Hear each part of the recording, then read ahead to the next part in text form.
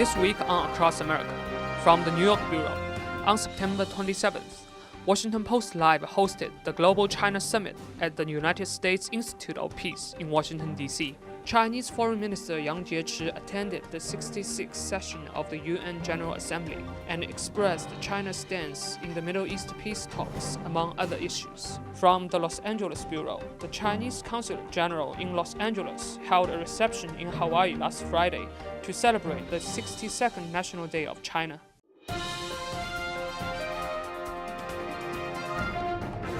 Right now, I'm standing in the lobby of the United States Institute of Peace in Washington, D.C., where the Global China Summit is going on. Focusing on China's ongoing social and economic change and its influence on the rest of the world, dozens of business, government, and academic leaders from China and the United States attended the Global China Summit, which was hosted by the Washington Post Live. China Daily was an official media partner of the summit.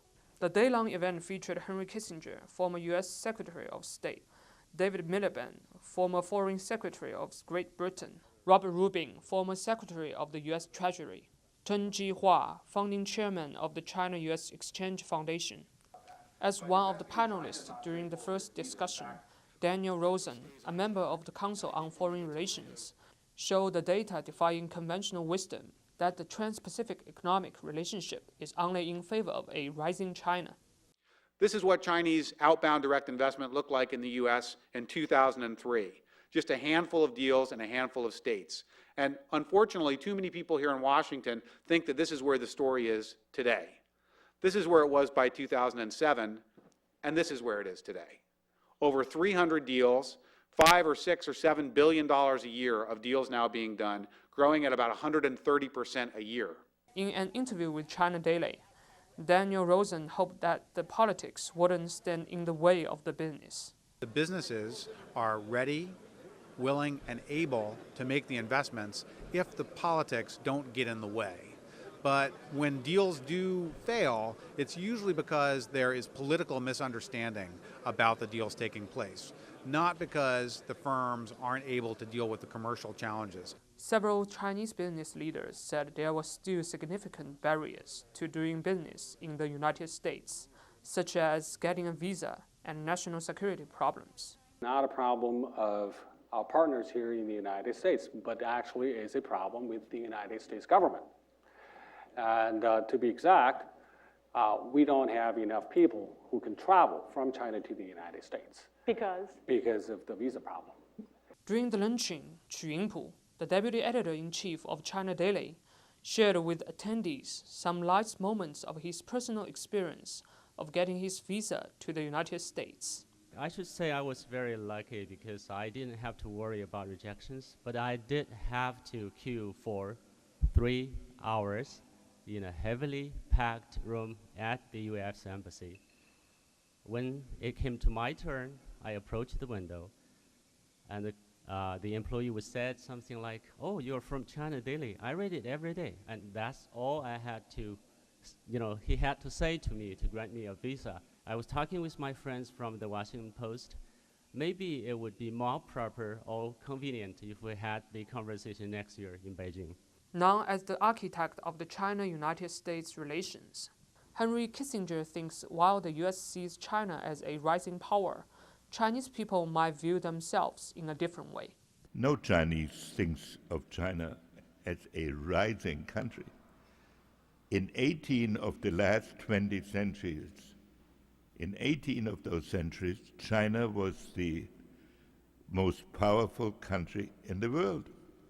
The Chinese think they are reclaiming the place that has historically been China's.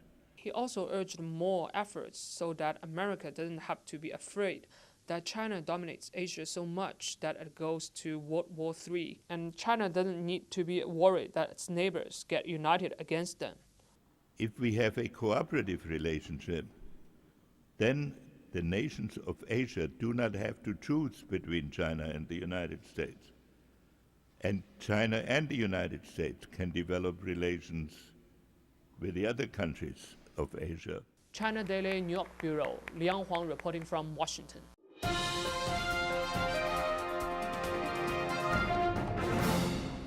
66th UN General Assembly kicked off on 13 September. This annual event brings together heads of state, senior government officials, and diplomats from 193 member states to UN headquarters in New York. Chinese Foreign Minister Yang Jiechi delivered a speech at the annual general debate at the United Nations on Monday. Yang set forth China's stance on the current international landscape. On behalf of China, he welcomed Sudan's becoming the 193rd United Nations member state. On Libya, Yang said China is willing to help the country's post-war rebuilding. On Palestine, Yang said China fully supports Palestine's application for full UN membership, but he hopes Palestine and Israel will soon form a two-state solution. On Syria, however, Yang said he hopes the parties in Syria will exercise restraints and avoid any form of violence and conflicts. Yang also emphasized China's commitment to the work of the United Nations in many areas. China is currently the largest contributor of UN peacekeepers among the 5 permanent member states of the United Nations Security Council. China Daily New York Bureau, Zhang Yuwei reports.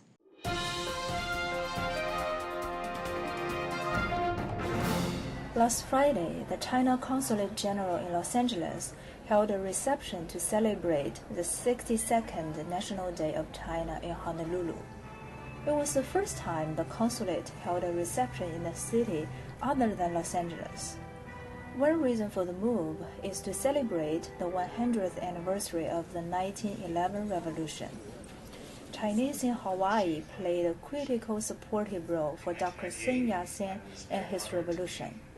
Ambassador Qiu Shaofang and his wife met with descendants of Dr. Sun and those of his major supporters. Brian Scharz, Lieutenant Governor of Hawaii, spoke in the reception. He presented a letter from Governor Neil Abercrombie. The governor decided October the 1st to be the People's Republic of China Day in Hawaii from now on. China Daily Los Angeles Bureau Wang Jun reports from Honolulu.